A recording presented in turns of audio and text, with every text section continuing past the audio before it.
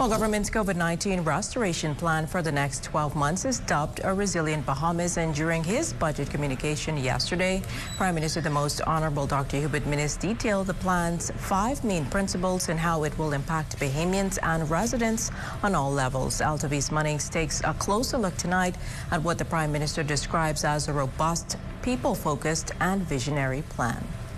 Phase 1 of Resilient Bahamas comprises the health and safety of each and every Bahamian citizen and resident as government furnishes more funds and infrastructure into battling COVID-19 and any other future health pandemic.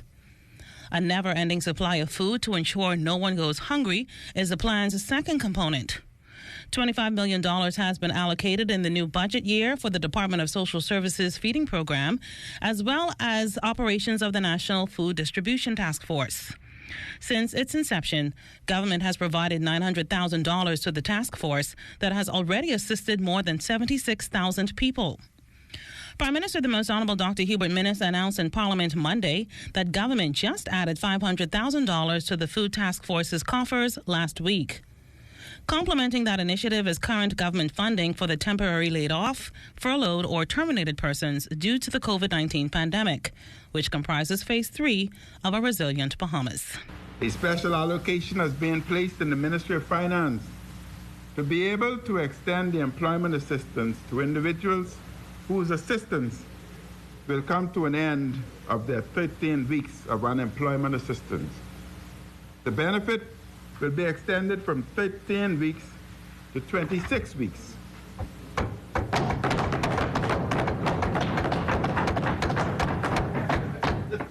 My government, Mr. Speaker, has budgeted over $40 million to provide a special allowance for those still unemployed when their NIB unemployment assistance ends. We will administer this special program through the NIB, as we are presently doing for self-employed individuals.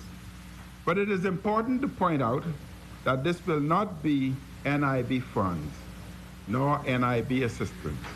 Instead, it is our recognition that tens of thousands of people will still need some measure of cash assistance after their NIB benefits expire.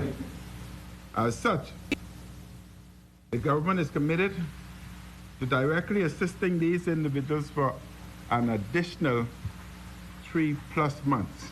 As employers contemplate whether or not to close or reopen their doors during this time of economic peril, government is hoping that providing ongoing payroll support through its tax credit and deferral program can help.